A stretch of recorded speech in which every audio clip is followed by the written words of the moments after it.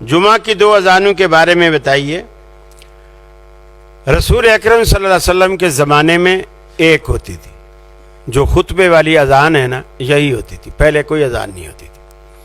अबू बकर सिद्दीक के ज़माने में भी एक होती थी, यही खुतबे वाली अजान। उमर फारूक के ज़माने में भी एक ही होती थी।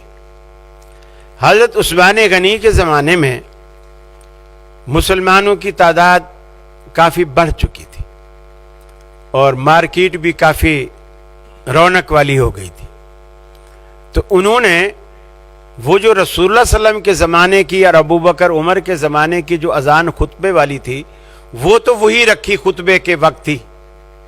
अलबत्ता इससे 1.5 घंटा 2 घंटे पहले मार्केट में अजान दिलवाई, मार्केट में। और वो गोया अजान मनादी के तौर पर होती थी कि दुकानें बंद कर दो, दुकानें बंद कर दो। तो अब भी अगर कोई शख्स मार्केट में अगर पहली अजान दे इस मकसद से कि दुकानें बंद करो, तो बिल्कुल हजरत उस्मान की सुन्नत पर अमल किया जा सकता है। लेकिन ये 2 अजानें तो मस्जिद में देते हैं।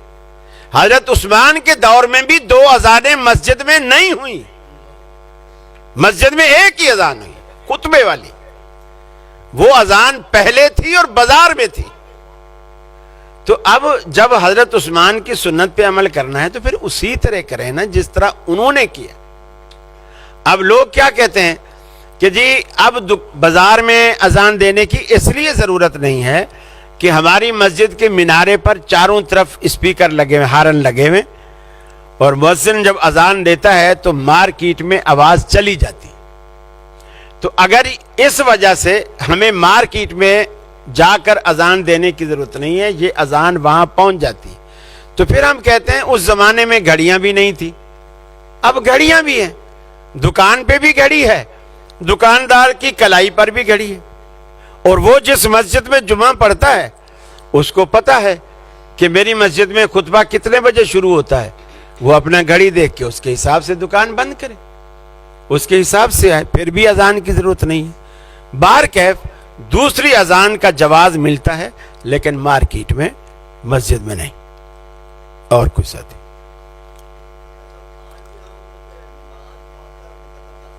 जी आज भी कर सकते जी, हज पे तो खैर हम आज भी करते हैं, लेकिन यहां भी अगर किसी को कोई उज़्र हो, जैसे बीमारी है, मुसाफिर है, कोई भी बाहर कर्फ्यू लगा हुआ है, बारिश हो रही है, कोई भी ऐसी सूरत हो कि दोबारा मस्जिद में आना उसके लिए दुश्वार हो, तो वो जमा कर सकता है। रसूल अकरम सल्लल्लाहु अलैहि वसल्लम ने मदीने के अंदर ज़ोहर और असर दोनों नमाजें जमा की, और हदीस में ये वजाहत है, ना दुश्मन का डर था, ना बादल थे, ना बारिश थी, ना कोई और वजह थी, आपने ज़ोहर और असर दोनों जमा कर दी। हजरत अब्दुल्लाह बिन अब्बास इसको बयान करते हैं, लोगों ने पूछा कि ऐसा आपने क्यों किया।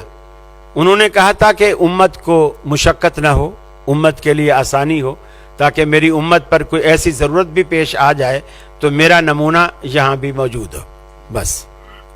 तो आज भी किया जा सकता जी जी।